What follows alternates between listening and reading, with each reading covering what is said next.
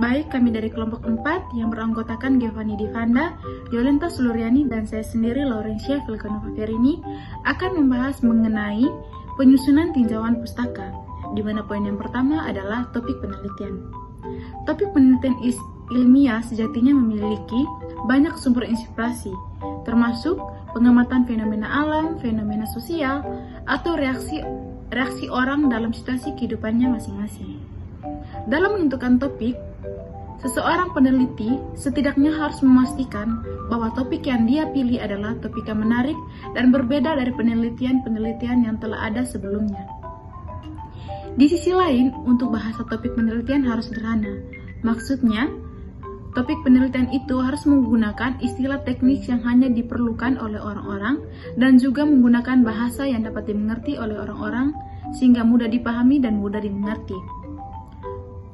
Adapun pengertian topik penelitian menurut para ahli, salah satunya adalah Zach Knowledge, di mana dia mengatakan bahwa topik penelitian adalah subjek penelitian atau rumusan masalah yang menarik minat peneliti saat melakukan suatu penelitian. Topik penelitian yang didefinisikan dengan baik adalah titik awal dari setiap proyek penelitian yang berhasil. Sehingga memilih topik penelitian adalah suatu proses yang berkelanjutan yang dilakukan oleh para peneliti untuk mengeksplorasi, mendefinisikan, dan memperbaiki ide-ide mereka. Adapun jenis-jenis topik penelitian, yaitu yang pertama adalah antropologi, di mana penjelasannya yang pertama deskripsi, di mana perihal topik penelitian yang dilakukan dengan studi komparatif budaya manusia, bagaimana gagasan, tindakan, dan lembaga adat membentuk pengalaman individu dan kolektif. Subtopik antropologi budaya, fisik, linguistik, dan medisi, serta arkeologi. Yang kedua, studi media komparatif. Penjelasan yang pertama deskripsi, studi tentang bagaimana teknologi media dan penggunaannya dapat memperkaya kehidupan individu secara lokal, nasional, dan global. Subtopik media massa, kajian budaya, media digital, teori film, dan games. Yang ketiga, studi budaya. Penjelasan secara deskripsi berfokus pada dinamika terkait adanya politik budaya dan fondasi historinya, konflik, ciri-ciri yang menentukan, estetika, dan praktik. Subtopik dapat fokus pada media atau pesan tertentu, ideologi, kelas sosial, kebangsaan, etnis, seksualitas, gender, budaya populer, dan lain sebagainya. Yang keempat, linguistik atau ilmu bahasa. Penjelasan deskripsi, studi tentang aturan yang mendasari struktur bahasa dan apa yang mereka ungkapkan tentang prinsip-prinsip umum yang menentukan perkembangan bahasa pada individu. Subtopik, fonetik, fonologi, morfologi, sintaksis, semantik, ilmu dan teknologi bicara. Dan yang terakhir, ekonomi. Penjelasan deskripsi, studi tentang perilaku individu, kelompok, dan organisasi ketika mereka menggunakan sumber daya yang terbatas untuk mencapai tujuan yang diinginkan. Subtopik, ekonomi makro, teori permainan, ekonomi internasional, tenaga kerja, hukum dan kebijakan, sumber daya alam, aspek perilaku, lingkungan, dan budaya ekonomi. Adapun unsur-unsur topik penelitian, di mana ada 7 unsur. Yang pertama, topik penelitian harus bermanfaat bagi masyarakat. Yang kedua, dapat diteliti atau rasional. Yang ketiga, sesuai dengan keahlian yang dikuasai oleh seorang peneliti tersebut. Yang keempat, dapat dijangkau di mana tempatnya, waktu, tenaga, dan dananya. Yang kelima, memiliki data-data pendukung atau penelitian yang relevan. Yang keenam, menarik bagi seorang peneliti. Yang terakhir, memiliki variabel yang jelas. Adapun syarat-syarat dalam melakukan topik penelitian. Yang pertama itu kejelasan, di mana kejelasan adalah kualitas yang terpenting dari semua topik penelitian, di mana sebuah topiknya harus jelas sehingga orang lain dapat dengan mudah memahami sifat penelitian seorang peneliti tersebut. Yang kedua, interpretasi tunggal. Topik penelitian harus memiliki interpretasi tunggal sehingga orang tidak dapat terganggu dan tetap fokus pada permasalahan yang dikemukakan.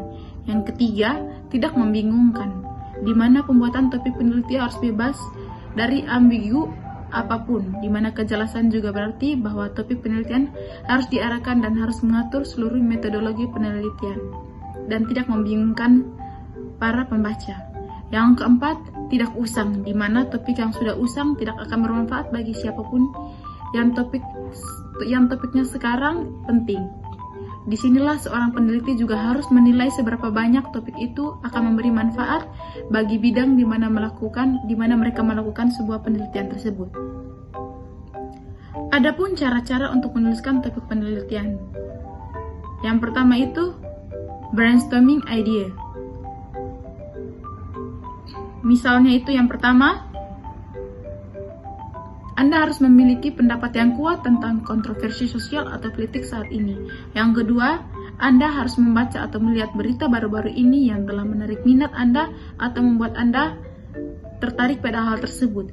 Yang ketiga, Anda harus memiliki masalah pribadi atau masalah atau minat yang ingin Anda ketahui lebih lanjut tentang masalah tersebut. Tulislah kata-kata atau konsep kunci yang mungkin menarik bagi Anda. Waspadalah ide yang terlalu sering digunakan saat menentukan topik agar tidak membosankan. Yang kedua, baca informasi latar belakang umum, di mana seseorang peneliti harus membaca artikel ensiklopedia umum tentang 2 atau 3 topik teratas yang sedang dipertimbangkan atau sedang tren saat ini. Membaca ringkasan yang luas memungkinkan Anda mendapatkan gambaran umum tentang topik tersebut dan melihat bagaimana ide Anda terkait dengan masalah yang luas, lebih sempit, dan terkait. Tahapan ini juga menyediakan sumber yang bagus untuk menemukan kata-kata yang bisa digunakan untuk menggambarkan topik yang Anda teliti saat ini. Kata kunci ini mungkin sangat berguna untuk penelitian Anda nanti.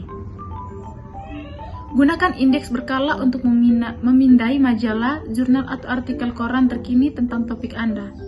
Gunakan mesin pencari web Google yang dianggap sebagai mesin pencari terbaik untuk menemukan situs web tentang topik tersebut ataupun situs-situs lainnya yang sedang tren saat ini.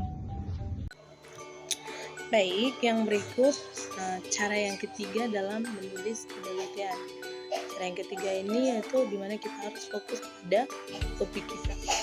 Suatu topik ini sangat sulit untuk diteliti apabila terlalu luas ataupun terlalu sempit. Jadi kita harus fokus topik apa yang kita teliti. Yang berikut, buatkan daftar kata-kata kunci yang sangat bermanfaat. Dalam membuat daftar kata kunci ini untuk menggambarkan topik dengan cara ketika kita itu membaca sebuah artikel ataupun kita catat kata-kata dan cari arti serta maknanya juga. Yang berikut, bersikap fleksibel. Bersikap fleksibel artinya kita mau modifikasi topik ini, topik Anda selama melakukan penelitian. Jadi modifikasinya dengan hasil penelitian sebelumnya serta hasil penelitian yang kita lakukan. Yang berikut, tentukan topik Anda sebagai pertanyaan. Yang berikut, penelitian dan baca lebih lanjut yaitu menggunakan kata-kata kunci tersebut. Yang berikut, merumuskan pernyataan tesis. Salah satu contoh topik penelitian itu pemberdayaan dan modal sosial. Jadi topik penelitian ini suatu masalah pemberdayaan dengan modal sosial. Artinya itu berkaitan dengan sosiologi, komunikasi, bahkan juga pertanian di dalam suatu lingkungan masyarakat. Itu kan bersifat sosial. Nah, yang berikut tentang tinjauan pustaka. Dalam pengertiannya, tinjauan pustaka ini yaitu kegiatan meninjau kembali pustaka, literatur, ataupun bahan bacaan lainnya. Atau dengan kata lain, kita mereview kembali. Nah, fungsi dari tinjauan pustaka ini yaitu mengkaji sejarah permasalahan, membantu peneliti untuk mendalami landasan teori yang berkaitan dengan topik tersebut. Yang berikut, untuk mengkaji kelebihan dan kekurangan yang terdahulu. Yang berikut juga bisa menghindari duplikasi penelitian. Yang berikut, untuk membandingkan fakta di lapangan dengan teori yang ada atau teori yang kita dapat. Yang berikut, menunjang permasalahan masalah dalam satu penelitian. Yang kedua itu adalah usaha peneliti untuk menghubungkan hasil karya yang ditinjau dengan penelitian sendiri. baik itu dilakukan secara langsung maupun tidak langsung. Nah, tinjauan pustaka ini mungkin harus menunjukkan kekurangan atau perbedaan dari pustaka yang ditinjau. Nah, dalam hal ini mengingat salah satu tujuan dari kegiatan tinjauan pustaka adalah itu evaluasi. Nah, adapun kriteria dalam penulisan tinjauan pustaka, terdapat beberapa kriteria atau aspek yang harus dipenuhi dalam penulisan daftar pustaka. Di antaranya adalah yang pertama itu adalah kemutakhiran atau resensi. Ini berkaitan dengan penggunaan sumber bacaan yang up to date. Ya, semacam up to date itu. Hal ini mengingat sifat penelitian yang selalu berkembang seiring dengan berjalannya waktu. Dan yang kedua adalah relevansi. Aspek ini menekankan pada keterkaitan sumber bacaan dengan masalah yang diteliti. Tinjauan pustaka juga harus berkaitan dengan teori yang mendasari penelitian dan topik penelitian yang diteliti. Nah, yang ketiga itu adalah bobot ilmiah. Sumber perpustakaan yang dicantumkan pada tinjauan pustaka yang tidak bisa dipilih begitu saja. Adapun literatur serta sumber lainnya. Dan yang keempat adalah aspek penelitian yang mampu menjelaskan dengan tepat hal yang menjadi aspek dari penelitian yang dilakukan. Dan yang kelima itu adanya padat, yang menuliskan tinjauan pustaka secara padat dan kaya sehingga nantinya dapat meningkatkan literasi. Cara membuat tinjauan pustaka atau panduan. Terdapat 5 langkah penulisan tinjauan pustaka yang bisa kita ikuti untuk memudahkan penulisannya. 5 langkah tersebut diantaranya adalah mencatat teori yang akan dicari. Kita bisa dapat mencatat semua informasi serta data relevan dalam literatur. Yang kedua adalah melakukan ikhtisar referensi. Setelah menuliskan poin-poin penting, kita dapat mulai memahami intisari dan makna isi secara lebih mendalam melalui langkah melakukan ikhtisar referensi. Yang ketiga adanya proses sintesis dan membandingkan. Tahap ini kita mulai akan menyatukan dan membandingkan seluruh bacaan atau literatur yang kita rujuk atau mengklarifikasikan ke dalam topik yang relevan. Dan keempat adanya analisis terhadap referensi. Setelah melakukan analisis umum, kita akan melakukan evaluasi pustaka atau bacaan secara lebih kritis lagi. Dan yang kelima adanya